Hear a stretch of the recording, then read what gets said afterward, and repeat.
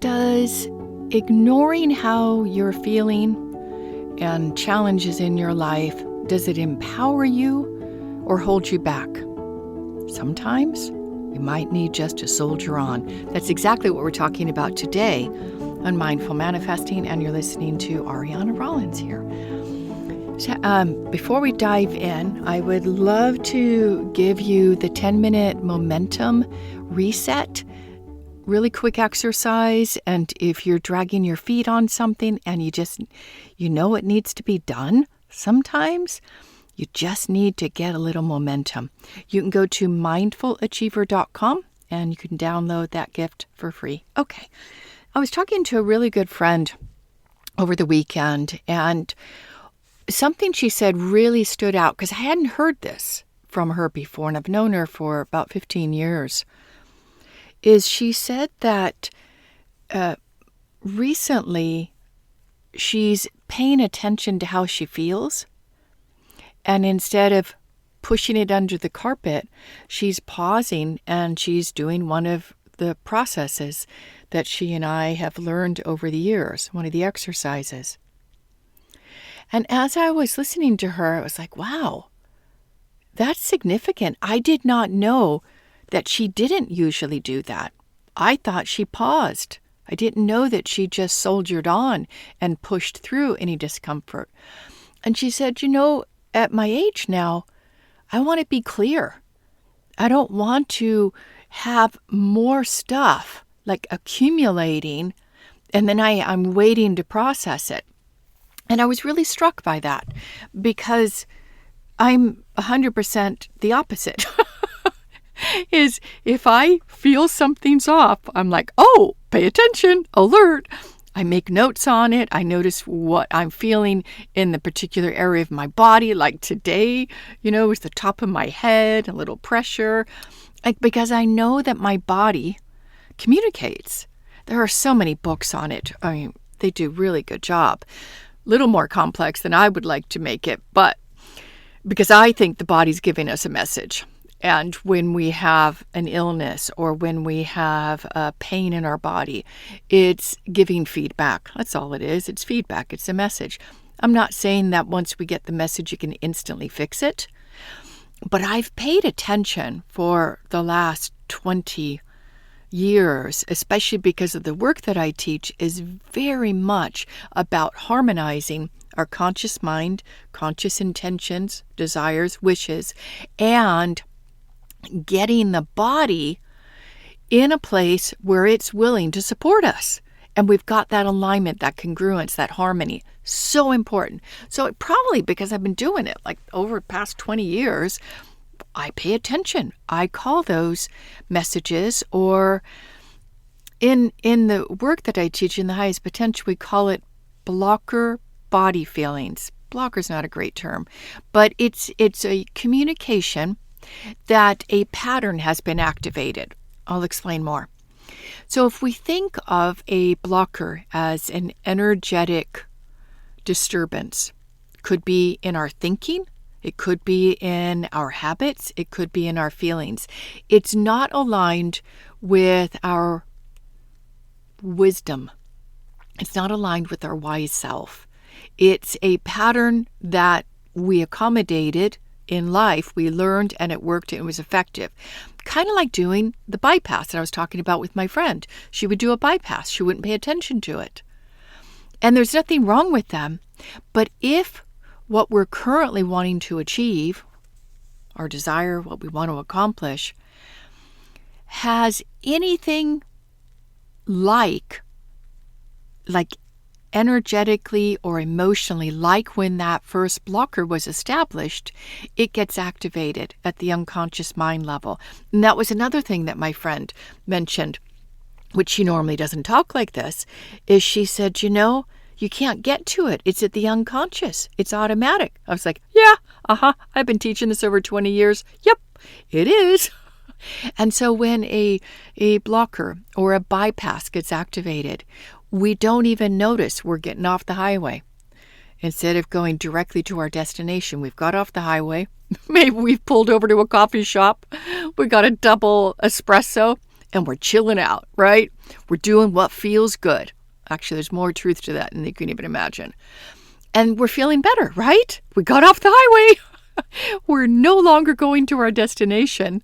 And in that, we get a little bit of a comfort because we're not driving. We're resting. So when a blocker gets activated, what it does is it puts in place a behavior that feels good. Whether it's having a little tantrum, yelling at our dog or yelling at our partner or our child, it feels better. We've released the pressure cooker. We've turned the volume down from that building. You know exactly what I'm talking about. I know. I know you do. And that we feel temporarily better. But once we wake up at that coffee shop and we've just lost 2 hours of our drive and we've got maybe 2 days ahead of us, we're going to get mad, right? We're going to be pissed off that we did that. But we weren't conscious. We just found ourselves, there's a coffee shop and I'm pulling off the highway. And it's interesting. It's really interesting when this happens. And this is what I think a lot of people mean by waking up, is that we're at the coffee shop and I'm like, whoa, wait a minute. What did I just do? I didn't mean to do this. I got to get to my destination. So we quote unquote wake up. But that pattern is still there. And when we are trying to achieve something that's meaningful, it'll get activated again. And we go unconscious basically because the pattern has driven us off the road, off the highway, and into the coffee shop and enjoying an espresso. So what do we do? Do we have to be vigilant? Do we have to be constantly paying attention to our emotions and how we're feeling in our body? For some people, no. It's not important. It's not important. They're going to get where they want to go eventually, and maybe they will be okay with where they are. And that's okay too. We don't have to all be driven to accomplish something, to change things in our life. The world is made up with a variety of people. But for people who are ambitious, they're driven, they feel they came here for a purpose. Well, I'm speaking to you. I think you might want to pay attention to how you're feeling, and you might want to pay attention to the messages your body is giving you.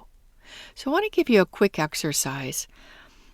And you don't have to close your eyes. So if you're driving, you're good. Okay.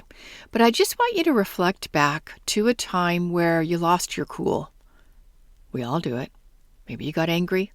You felt hurt. You lost your cool. You lost your center. Isn't that a great phrase? Losing your cool.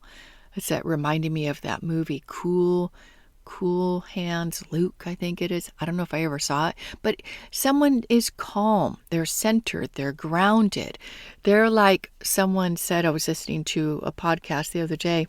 It's like when people are around someone that's calm and cool, it's like fresh air, They could actually smell good. They feel good just to be around it, like being at the ocean, the negative ions. So being cool, calm, centered, I think we would say we would all like to turn up like that, not just for the benefit of other people, but for ourselves. It feels good. It feels good to be like that. We're tuned in. We can listen and hear those subtle messages, the changes. I think I said something really important here. We can hear those messages and those subtle changes. When we are pedal to the metal, driven, and we've got our ambition mind in charge, and it's in the driver's seat, we're not going to hear it. We're not going to feel it. We're going to do what my friend did for decades and decades and decades and decades. Push through. And just, I'll deal with it later. How many times have we said that? I'll deal with it later. But my friends, now is later. It is now time to deal with that. Because there is great benefit to actually resolving things in the moment. I will get back to the exercise in just a minute. I've not forgotten. One of the biggest benefit is sleep. Because if you deal with things as they come up in the moment in your day, even if it's taking a piece of paper and writing down how you're feeling and putting it to one side to explore later, you will have deeper sleep. And I know this as a living fact. I am amazed. I wear one of these Garmin smartwatches to track my steps. Most importantly, I'm noticing the benefit with tracking my sleep. If I am present during the day, if I am just, I don't even want to say flow, because it's not fluffy like that. It's if I'm conscious, if I'm aware when something triggers me, and I pause just for a few moments and I digest it, I digest that experience in this moment, guess what? My sleep doesn't have as much hard work to do. Yes, sleep is hard work. There's REM, that's processing your emotions and digesting your day. Yes, it is. It's digesting your day. I made that term up, but I like it. And then deep sleep is restoring your body. It's healing your body. So sleep, as you know, is important. You know it, but you probably didn't realize that how you are turning up and proceeding in your day, not just the food you eat, not just the cup of coffee that extra one that you had, or that glass of wine at dinner, or that big, yummy, chocolate cake.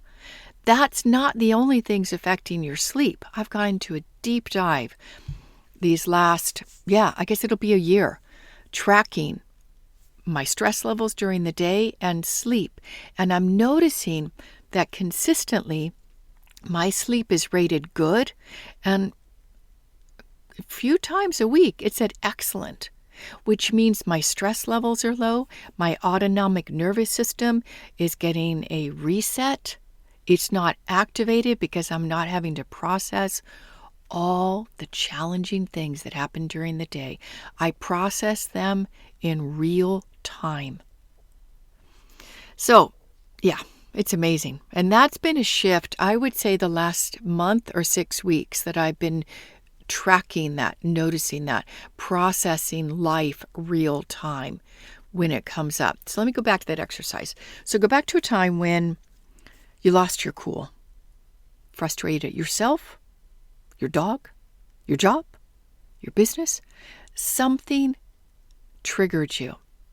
And I want you to remember back to that moment. It's usually easy for us to remember when we get irked, right? The moments of joy, not so much. But the moments of irkness, yes, we do. I want you to remember back. Can you remember what you were thinking?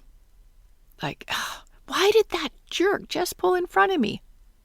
Maybe you're on the highway. Or, wow, gosh, my partner canceled our date night again. I want you to remember back. What were you thinking? What was your brain? Your brain will often get into the why. It's going to answer your questions. So going back to my partner just canceled our date night again. Oh my gosh. Is our love like diminishing?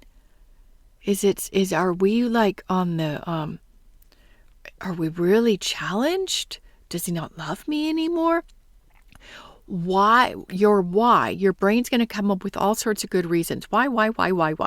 And if you start paying attention to that, you're going to spiral down and it's going to feel a whole lot worse.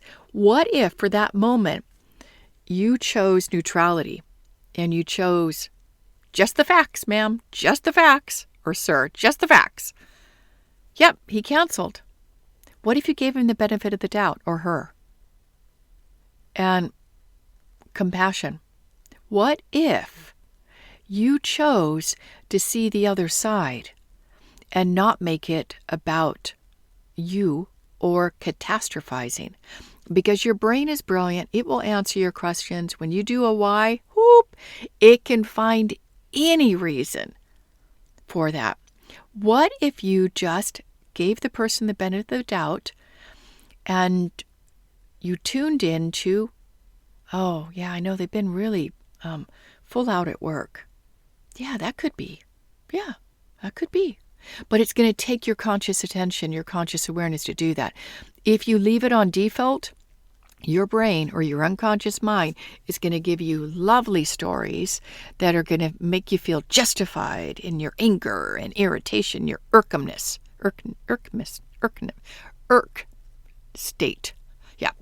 And so if you can pause for a moment, catch that thought, and then notice how you're feeling with that thought. So if you're feeling compassion, like, oh, gosh, I know work has been really tough.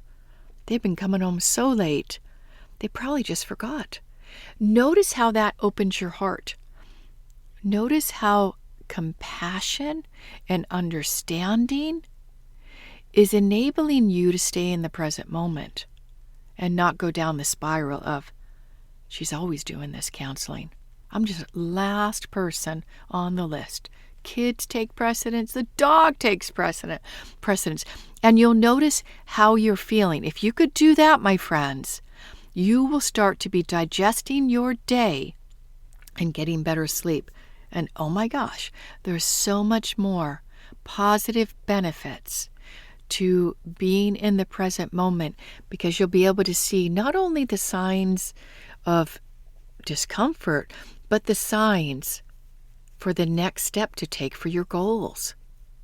You will stay on that highway and you'll know exactly when to turn off to reach your destination, because you're present, you're conscious, you're aware. Yeah, this was a deep subject. Thanks for listening, guys. I really appreciate it.